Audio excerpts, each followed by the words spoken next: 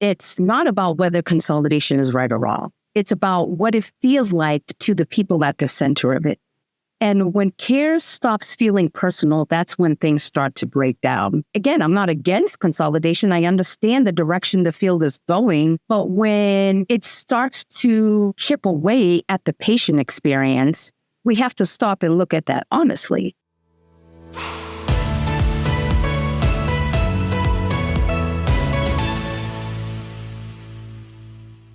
Everyone wants to do more third-party IVF cycles with gestational carriers, don't they? We all want better patient experience, right? The way my guest sees it, patient experience, particularly with regard to responsiveness and individualized attention, has gotten worse, not better in the last 5 years, and has only continued to worsen, even though most clinics aren't seeing the same boom they saw in 2021 and 22.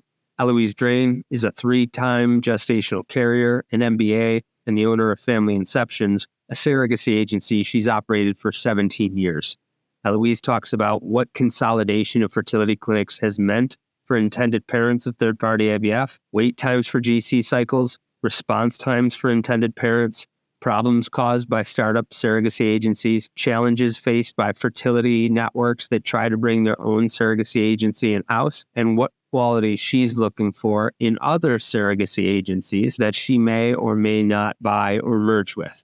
If you're looking to sell your practice or fertility business or merge with another, talk to mid-cap advisors. Even if you're 10 years away from selling your business, especially if you're within 5, just give them a call because they're relationship people. Dr. Virginder Minhas and Richard Groberg have worked in this field and done multiple deals. Robert Goodman, Scott Yoder have helped multiple fertility centers sell their business. That's midcapadvisors.com. An excellent patient experience is colossally hard to achieve in this field. You have so many moving parts in your workflow. You're dealing with variability in real human beings during the most stressful period of their life. I have to acknowledge how hard this feat of having a truly excellent patient experience is. Otherwise, we won't be able to be honest when it isn't being achieved. And this is an honest take. For those of you that want to increase your IVF cycles with gestational carrier, and especially for those of you that want to improve your clinic or your network's patient experience, listen to this kind but direct update on the state of patient experience from Eloise Drane. Today's advertiser helped make the production and delivery of this episode possible for free to you. But the themes expressed by the guests do not necessarily reflect the views of Inside Reproductive Health, nor of the advertiser. The advertiser does not have editorial control over the content of this episode, and the guest's appearance is not an endorsement of the advertiser. Ms. Drane, Eloise, welcome to the Inside Reproductive Health podcast. Thank you for having me, Griffin. I appreciate it. Been a long time coming. Is consolidation helping or hurting third-party IVF? So honestly, what I'm seeing right now is this big shift in how third party is being handled, especially with consolidation. More clinics are starting to bring these services in-house, and I get it. Their space is growing, there's more capital coming in, and it's largely unregulated. So it makes sense that people are exploring new models, but it's not really working that way in practice. Agencies were created for a reason. This work is complex. There's so much that goes into these journeys that you don't see on paper. And when it's not handled the right way, people feel it the most, or the people that are feeling it the most are the ones that are going through the process. And third party isn't something you just tack on. It's its own world. And when it's not treated that way, the experience falls short. Is that their reasoning for doing it, though? Do you think that, okay, it's not something we tack on, and if it's in an external agency, maybe we're viewing that as being tacked on, and we want to bring it in-house so that we can control costs, we can control the experience? Do you think that's part of their rationale? And if it is, what isn't living up into the way it's actually executed? Well, honestly, I don't know if it's not about whether consolidation is right or wrong. It's about what it feels like to the people at the center of it. And when care stops feeling personal, that's when things start to break down. And what I feel is off with the consolidation is how it's being presented, because the networks are talking about a lot about how focused they are on patient care, how their systems are more connected and efficient.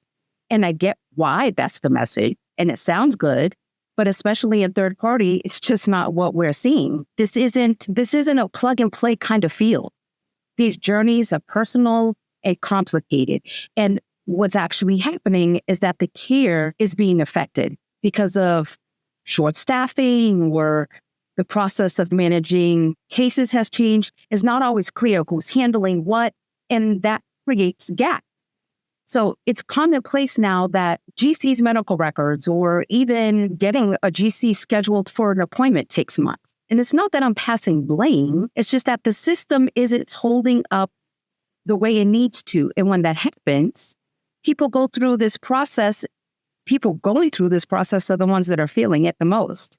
Again, I'm not against consolidation. I understand the direction the field is going, but when it starts to chip away at the patient experience, we have to stop and look at that honestly. Tell me more about how it's chipping away at the patient experience. It sounds like in some cases there might not be enough staff. Sounds like it could take a long time to even get an appointment. Tell me more about what's happening to the patient experience in your view. So prior to, and I know we kind of do everything pre-COVID, post-COVID, right? And pre-COVID, it did not take months and months and months to get a surrogate's medical records reviewed. And for these intended parents that are coming in and someone has told them that they have to use a gestational carrier, or they already knew that they'd have to do gestational or surrogacy, they're ready to go. There's already a shortage on the surrogate side. And that's not anyone to blame, but there is a shortage on the surrogate side. And so when you add on to the shortage of the surrogate side, and then you get to the fertility clinic side, you finally found your surrogate, however you found her, whether it's through an agency, whether it's through, you found them independently, what have you. The last thing you want to hear is, I'm ready to go, but now I have to wait 2-3 months. Oh, and also getting charged to have medical records reviewed for my candidate. But I'm sitting here waiting. And then when we finally get the medical records reviewed, now we have to wait several more months just to get her a consult so she can speak to a doctor to review the medical records with her. And then once we get that done, then that's when we can go ahead and schedule an appointment for her medical scrutiny. When you break up pre-COVID and post-COVID like this, you said it wasn't like this prior to COVID. Are you saying it's still like this now? We're recording in Q2 of 2025. I could see that it's worse. So I could see in 21 or 22 when practices had really long wait as volumes were up everywhere and everybody. Worse. But now, people don't really have those kind of wait lists anymore relative to what they did 2 or 3 years ago. And you're saying it's worse in Q2 2025. Yes. More about that. So as I mentioned, just trying to get appointments. And it's not just appointments. Let's be honest here. It's support. We've had multiple cases in which trying to reach out to fertility clinics to get a response, whether it's us, whether it's the surrogate, whether it's the intended parents that are trying to get information from fertility clinics, sometimes it's damn near impossible. We've had clinic where through their portal, no response, through email, no response, phone calls, no response, can't get anybody to respond back to an email. You send out multiple requests, you still don't get anything. They tell you go through their portal, they don't respond to the portal. It's like, well, what exactly do you expect people to do? Because you are the medical provider. You're the one that's providing the care. And you're saying you're providing care. You're saying that you're creating these networks because it's supposed to make things more efficient and it's supposed to help things along the way. You're adding these portals to help the flow of the process become more efficient. But all it is adding a bottleneck because you have staff that don't necessarily have the time to sit there and go through the portal request, or if they do go through the portal request, they put a response in and then they leave. What if there's follow-up? What if there's issues? What if there's concerns? This space is so unpredictable. You don't know. I've been in this space now for over 20 years, and I've personally been a surrogate 3 times. I've personally been a donor 6 times. And I can tell you every single journey was completely different from the next.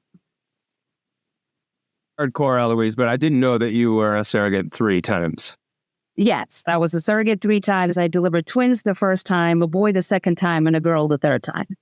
And every one fertility clinic each of those 3 times? No, I worked with different fertility clinics. 3 different clinics.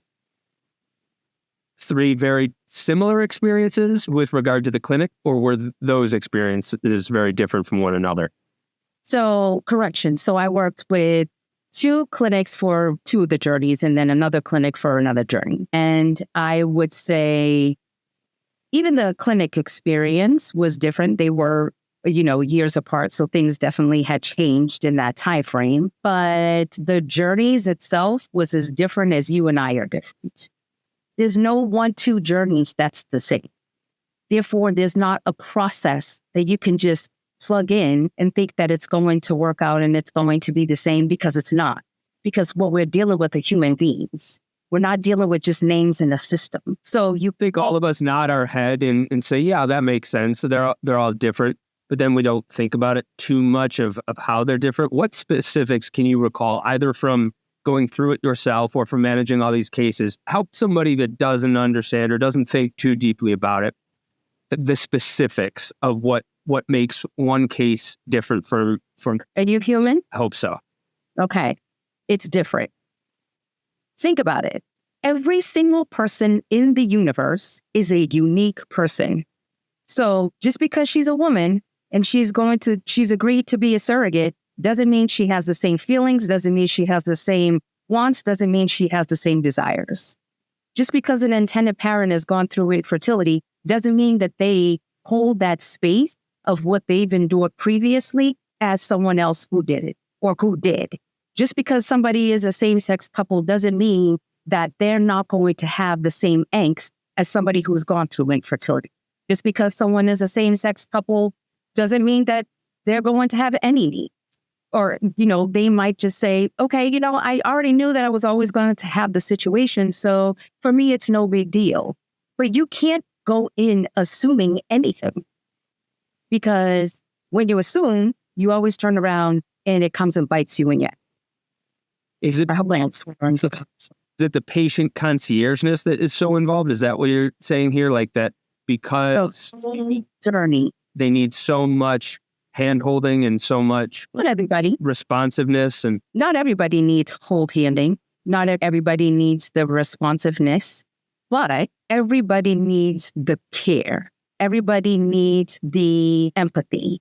Everybody needs to think you care about their process, about what they're going through, about their journey, just as much as you care about the next one. No one is more important than the next one.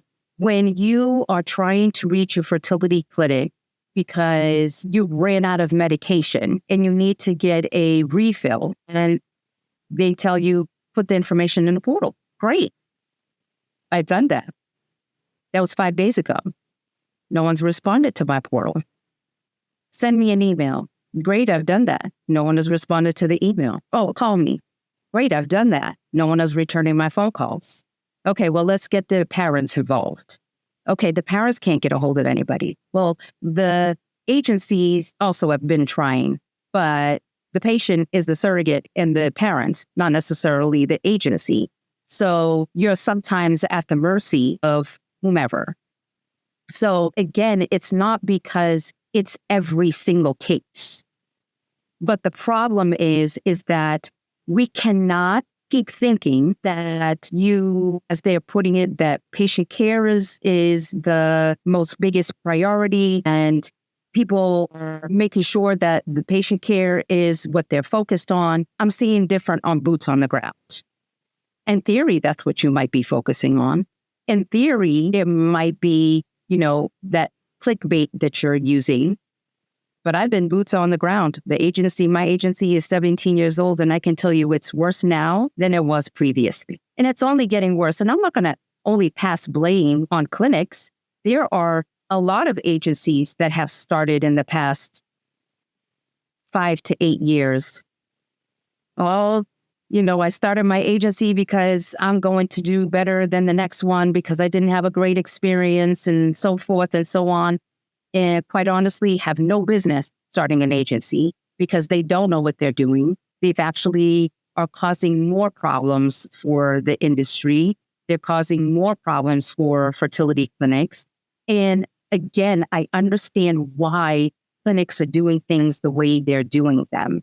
But my concern is that because you're doing them, or because you have more patients coming into your practice, or because your numbers are increasing and your P&L is going up, doesn't mean that the patient care is still there, because what we're seeing is the opposite. Last year, just in, a couple of months, we had numerous intended parents across the country asking for if we could recommend them to different fertility clinics because of the experience that they were having with the clinic that they were at. Not necessarily medical, but because they felt unsupported. They couldn't even get a phone call. These are meant to be improvements to the business. We know how different theory is from practice. Your business is your most valuable asset. Midcap Advisors maximizes the value of that asset in the market, and they guide business owners at each step along the path to a successful sale and beyond. They've done that in the fertility field. They have people that work for them that have worked in the fertility field in different sectors. They have helped people that are on that have different types of businesses in the fertility space. They've represented multiple fertility clinics. The successful transaction isn't just maximizing financial gain. It incorporates a lot of the qualitative aspects. Midcap Advisors is highly experienced in optimizing results on all sides of the tables. They've been owners, operators, buyers, sellers. This personal shared expertise makes Midcap uniquely qualified to understand fertility clinic business owners' situation. They develop long-lasting personal relationships with their clients, founded on incorporating their extensive industry research, their entrepreneurial expertise with their clients' goals. If you're in the fertility space, you think, might want to sell my business in the next 3 years, 5 years, 10 years, call the folks at Midcap. We'll link to their contact information in the show notes of this episode in the email where it goes out, and just start the conversation because they don't charge anything for that. So reach out to Bob Goodman, Virginia Minhas, Richard Groberg, any of those folks from Midcap Advisors. Eloise, it sounds like it's gotten worse in the past in the past few years. Do you think, is it that the portals, do they make it worse, or are they just not better? So is it just the case that, it was supposed to make this back and forth with the email go away? It was supposed to make the phone tag go away, and it didn't, and it's just the same? Or have the portals actually made things worse in your? I don't know if I can say the portals have made it worse. I think that the portals obviously are there to serve a purpose, and I don't necessarily think it's a bad thing.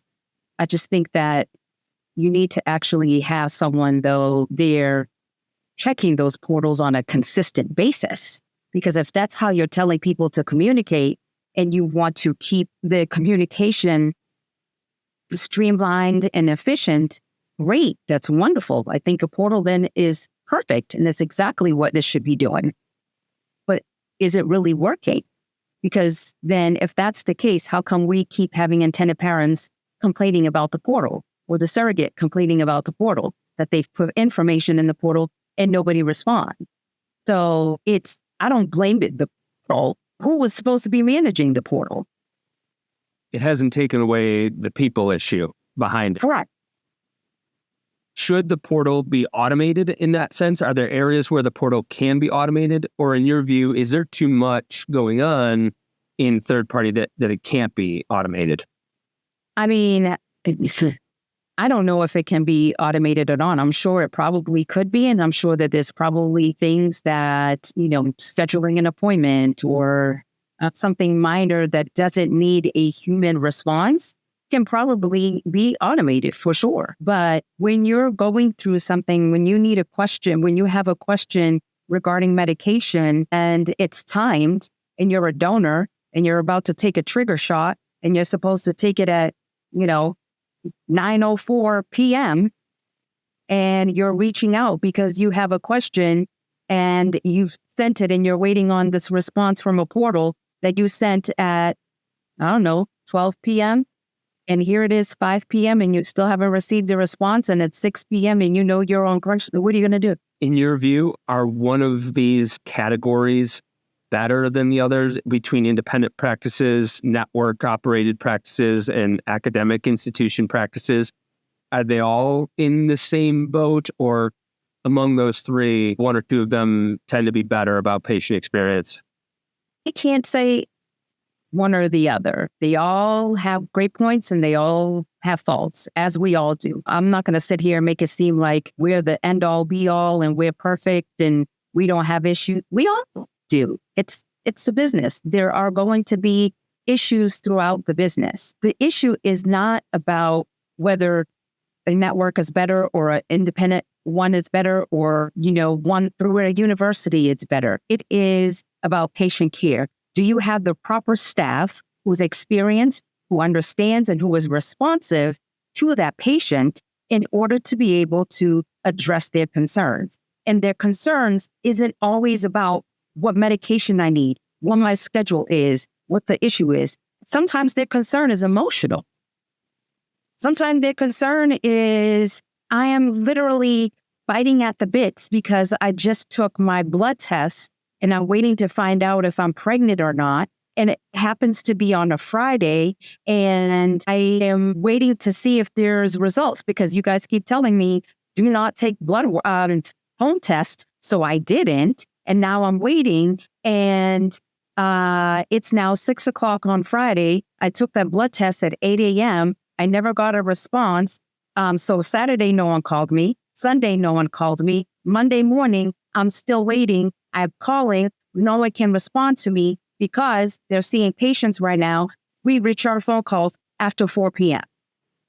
So from 8 a.m. on Friday morning when I took my blood test till 4 p.m. on Monday, and this is not just a made-up story. These are actual real-life stories that we're talking about. And you're not just thinking of one example either. This has happened multiple times. Multiple times. Multiple different places. Correct. Across the country. Did that get worse in your view in like a big spike? Like obviously COVID was probably a big spike, but you said even after 21, 22, it's only got worse. Have there been other big spikes, or is this been more like just a solid trajectory of still less, it's getting less responsive, it's getting less organized? What's that been like? Oh, no, I don't think it was a spike, but it has been gradually getting worse and worse, for sure. It definitely is getting worse and worse. And, if it was just me saying it and just like, we're the only ones really experiencing it, fine, so be it. But we're not. Just like doctors talk to other doctors, agency owners talk to other agency owners. And we are not. Or should I say, I am not the only one experiencing this. This is across the country, across the board. And it's not just agencies who are talking about it. It's the actual patients, the surrogates, the donors, the parents. They're the ones coming in, having conversations with us about these experiences that they are having. And the only thing that we can do is encourage them to go back to the fertility clinic and have conversations. And I do have to say that when intended parents have gone back and they've spoken specifically to the RE, things change. Not in all cases, but often once they do speak to the RE and say, hey, this has been happening, this has been going on, this is whatever, things change. Sometimes for a short while, sometimes, it fixed the problem. But unfortunately, that's not always the case. And I don't necessarily want to sit here and just pass blame on the staff either, because it's not always on the staff either. The industry, it's great that it's growing and expanding. And shoot, when I was a surrogate the first time, was nobody talking about surrogacy? It was a taboo thing. I literally had clients, and I wish I was exaggerating, but I had clients who used to get the fake pregnant belly so that no one knew that they were working with a surrogate. They didn't want anybody to know that. That wasn't something that they wanted anybody to know. Now it's out. It's free for all. It's wonderful. And that is amazing. I'm happy that that has happened. But at the same time, we cannot forget the reason why we decided to become professionals in this space. When we raised our hand and said we wanted to do this and help somebody build a family, we take on that responsibility. And quite frankly, I feel like this space, this industry, the professionals in the industry, we are letting the people that we're supposed to be taking care of, we're not. I would expect you to be able to get an answer from a clinic if time has really gone past the time where somebody should have gotten a response. And that's pretty frequent, but often you'd expect like, okay, well, they're going to pick up the phone for the agency or they're going to put you on their list to call back faster. Did it used to be like that? It used to be. It used to be. But now, I mean, even to get access to a portal, we're told that agencies, they don't provide access to agencies on the portal. It's just to the patient. So you are in the dark. You don't know what's going on. Sometimes, yeah. When patients have then come to you and said, we're not digging this, we want to go to another clinic, who do you recommend? What do you do? Well, we first find out if there's anything that we can do to help the situation at their current fertility clinic. And we do try to reach out to the clinic and like, hey, can we move this along? Is there anything that can be done? And if the answer is no, then we give them recommendations of clinics that we know do have patient care and do follow up and it's basic communication. Just respond in a timely manner. I mean, these weren't patients of mine, but friend of ours did IVF and the transfer was successful. And then about 9 or 10 weeks along, went in for an ultrasound. There was no heartbeat.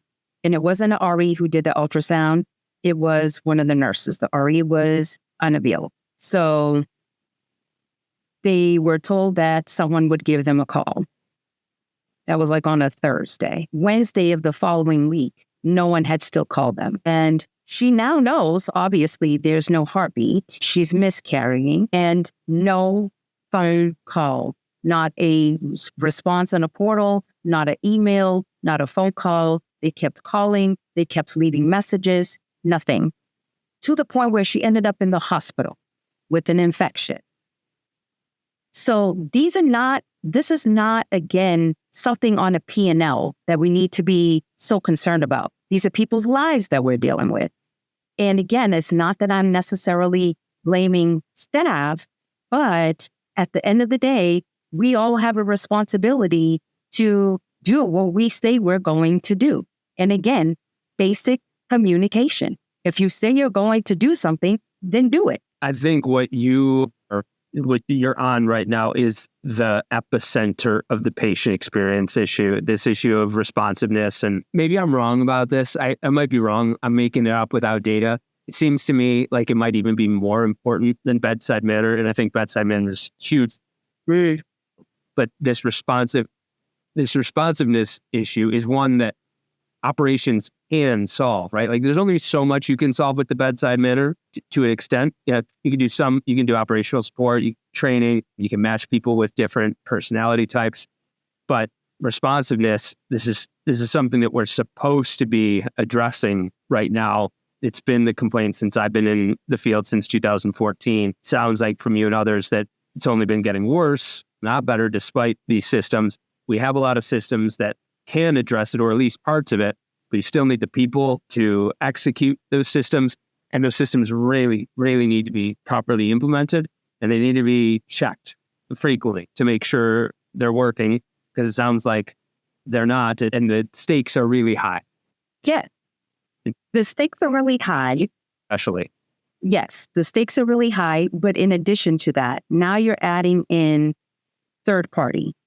So you've introduced a surrogate or a donor or both, and you as the clinic are now offering full service med. So you're barely communicating on the clinical side. But now I'm expecting you to communicate throughout the entire journey. And throughout the entire journey, it's not just I get somebody pregnant and then we help them at the end once the baby is coming.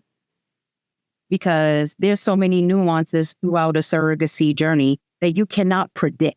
And what something might look like it's going to be a simple, smooth journey ends up being disastrous. But you want to bring in third-party services in-house because, again, you feel that the efficiency or, there's no regulation, so why not? We can do it better. We can assist the parents. We can make it more cost-effective. But are you? Because just because you can't quantify somebody's emotional experience and you can't put a dollar figure to it, doesn't mean that you're doing better because you saved them $5,000, $10,000, or whatever the case might be. At the end of the day, they are still human, and everybody, including yourself, you have a child. There's nothing you wouldn't do for your child. So you mean to tell me that you're going to be okay with you half-assed got information when you were going through the process on the clinical side, and now you're supposed to be being managed throughout the entire journey where you don't know anything of this process. You're trusting somebody else who take care of the most precious thing in your entire life to you, and you can barely get communication. Just put a response, put an email, or put a message in a portal and we'll get back to you. Are you kidding me right now? Does this ever make you feel like you need to do some consolidation? Like you mentioned a lot of those Me Too agencies, meaning like, oh, we're agencies now too, that they can be causing problems. Would you ever think, well, you've got a little bit of book of business. Let me buy you, or maybe there are a couple of other independent surrogacy agencies, they're solid. I need to merge with them, become partners with them. Do you ever think about that? Maybe we need to consolidate over here on this side to match that scale so that when we have more of a force when we're trying to get a hold of these folks or trying to advocate for the patients?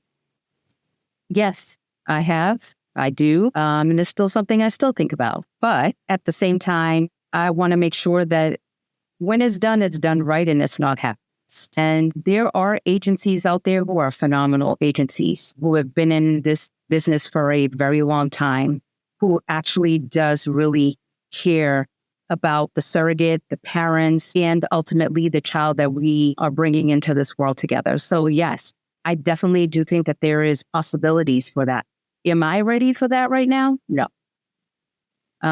Because I want to, again, make sure that whoever you go to bed with, if you so to speak, that you're on the same accord. Getting into a network with other agencies is a marriage, and you need to make sure that that it's going to be a good marriage. And for a lot of people, you started these agencies from nothing, and you've built it, and you've grown it. You've seen it grow to where it is. One, you don't want to just give it away, but two, you also want to make sure that you are equally yoked with that person or that group or that other company that's coming in, and making sure that you have the same values and that you can see, the future together. Are you always going to see eye to eye? Absolutely not. My husband can tell you that. We've been together for 25 years, and he'll always tell you that, no, we don't ever see eye to eye. However, we're willing to compromise. So, he's willing to compromise. I just keep going as I go. So just that. Well said. My wife says the same thing. And I bet you see eye to eye occasionally. It sounds like you know what the must-haves for that type of partnership would be. But, and it could be just the opposite of some of the bad examples. You said many of these newer pop-up agencies have been causing problems. What type of problems? So just because somebody has a uterus doesn't mean they qualify to be a surrogate. And unfortunately, some of these agencies don't know that, or they don't care. And they are not properly screening candidates as they should. They're, getting medical records, matching them to an intended parent and saying, here you go, they're ready to go. and then leaving it up to these fertility clinics to review the medical records and kind of be the bad guy and say, no, sorry, she doesn't qualify. When in reality, all of that should be done way before an intended parent gets matched to a surrogate. And these agencies that are starting, they really do not understand the magnitude of the decisions that they are making when they tell somebody, yes, you can be a surrogate. And I have known of agencies that will get medical records, fudge medical records, because again, for them, it's, well, she wants to be a surrogate and I really want to help her. Well, that's great. She wants to be a surrogate, but she doesn't qualify to be a surrogate. That's why there's qualifications involved, because it's not for everyone. But I wish that I could be a pilot and get on my own plane but one, I'm afraid of heights. So, I'll get on a plane, but I'm not going to be a pilot. But two, it's just reality is there's some things for you and there are some things that are not for you, regardless of whether you want them. What are the upstream consequences to clinics of putting an unqualified surrogate through the process? That this woman could literally cause harm to herself, cause harm to this child, or both. And then, of course, in turn, cause harm to these intended parents. We're not playing with toys. These are life or death situations. We're playing with human lives. Like, this is not a joke. It's not something that you can just think like you can come in and it's not going to be a big deal. You are taking on a humongous responsibility. And we have a responsibility to the parents. We have a responsibility to the surrogates. And ultimately, we have a responsibility to the children we're helping to bring into this world. And we have a responsibility to try to give them the best opportunity to have a healthy outcome when they are born. Is it always going to be the case? No. Can we play God? No. No one is trying to sit here and play God. But at the same time, when we say, yes, we're willing to do this, we have a responsibility to make sure that we follow the guidelines and the directions that are set forth so that we can give them the best opportunity that they can have. Doctors have a responsibility as clinicians. Business owners have a responsibility to their business. They have a responsibility to work with the best partners and get the best outcomes, especially when it comes to the time of their exit. Midcap Advisors is a persistent, reliable partner. They provide you with industry insights. They provide you with strategies to maximize value. They've been experts in mergers and acquisitions. They provide professional resources for optimizing these very complex transactions. They're very proud of the end-to-end service model that they provide, and they will meet with you. They will talk with you. They won't charge you anything for that consult. You'll get to meet some of these folks. Maybe you met them at the meeting, Dr. Virginia Minhas, Bob Goodman, Richard Groberg. Maybe some of these names are familiar to you in these faces. They'll provide you with business analytics. They'll help you discover more of your own. They've worked on industry-leading valuations and achieve those for their clients. They have a 6-step transaction roadmap. You might ask them about that for a little bit of more information. They have a very high transaction close rate.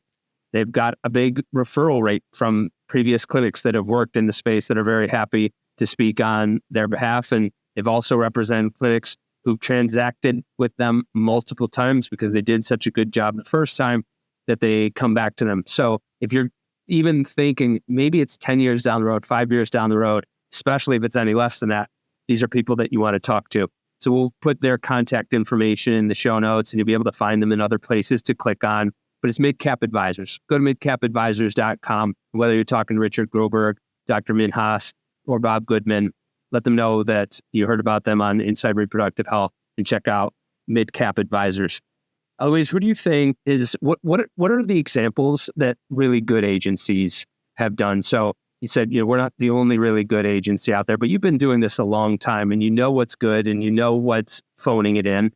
What are those things that the agencies that do a really, really good job and have earned their stripes in this space, what are the specific things that they're doing? So first, they are bringing in candidates, requesting their medical records, or reviewing their medical records, or have physicians that are medical professional reviewing their medical records. They're doing background checks. They're doing full psychological screening on the candidate as well as her partner. They are doing an evaluation on her, understanding what her lifestyle is, understanding what her background is, understanding what her motivation is. For us, we also do a home visit on all of the surrogates that we work with. They're preparing, not just we're checking off these boxes, but they're also having conversations with her to make sure she fully understands what it is that she's getting herself into. Because we all know every pregnancy as a woman, you put your life at risk, whether you're carrying it for yourself or somebody else. Unfortunately, maternity care in this country, I think, has definitely declined from years past, especially for certain demographics. And it is where we really need to be careful on who we accept into the program, how we vet them, how we prepare them, how we ensure that they really are good candidates. In a lot of these agencies that have been doing this for quite some time, who have painstakingly gone through various experiences that you can't just fake it till you make it type of thing, they are doing the right work because they know and they've experienced, like, well, if I don't, this is what could potentially happen. And so therefore, they are making sure that, they are providing the intended parents with a good candidate to give them the best opportunity to be able to have a healthy child. These folks, they want to improve patient experience. Maybe they say they are more than they're actually currently successfully achieving that. But I know that it's important to them, meaning the practice owners, the network folk, the operations people. I know that it's important to them to improve patient experience. I definitely know that it's important to them to get as many of these third-party cycles as they can do done because they like money. They need it too, like the rest of us. They don't want to just lose patients because after it already takes so long to even find a surrogate, now there's a couple months of even being able to get your treatment started. They definitely don't want that happening. So let's say I'm one of these network CEOs and we have our big annual meeting and my docs are there, my third-party coordinators are there. And I hire you, I pay you, Eloise Drane, to come in and consult my team. What do you want them thinking about? What do you want them preparing for the future? Really, it is what I would want them to do is realize that third party is layered. This is not just IVF with a few extras. It's its own thing. And it's a whole different experience. Emotionally, logistically, all of it. And there's no one size fits all. Every journey is different. And what works for one case might completely fall apart from another. And it's not predictable. And if you want to take on the responsibility of saying, we're going to add third-party services to our business model, okay, who is there that has the experience and the understanding of this process that is working on your team? And don't just tell me, well, we hired somebody because she's been a surrogate before. That means nothing. She's had her one experience. And I know a lot of people will say, well, you were a surrogate and you started an agency, or there's many of other people who are just surrogates and started an agency. But yeah, many of them, though, including myself, I started an agency after working in corporate America for 15 years and having an MBA and being in business. And then I started an agency. And also when I started an agency 17 years ago, it's vastly different than what it is right now. So you can't just start an agency just because you've been a surrogate one time and you think you're qualified, or you can't be, hiring somebody that's been a surrogate one time and think that, she understands the magnitude of people's different emotional beings, because you're dealing with a lot of different personalities, different experiences, people from all different walks of life coming in, and you have to handle all of it. You have to be able to manage all of it. That's why all of my team that are client facing are licensed social workers. Yes, some of them have been surrogates before, but they also have to have the professional experience. It's great to also have the personal experience as well, but you have to be able to know what you're doing. You're not, again, playing with toys. Eloise Drane, I enjoy following you on social media. 2 or 3 years, people can fake the funk for.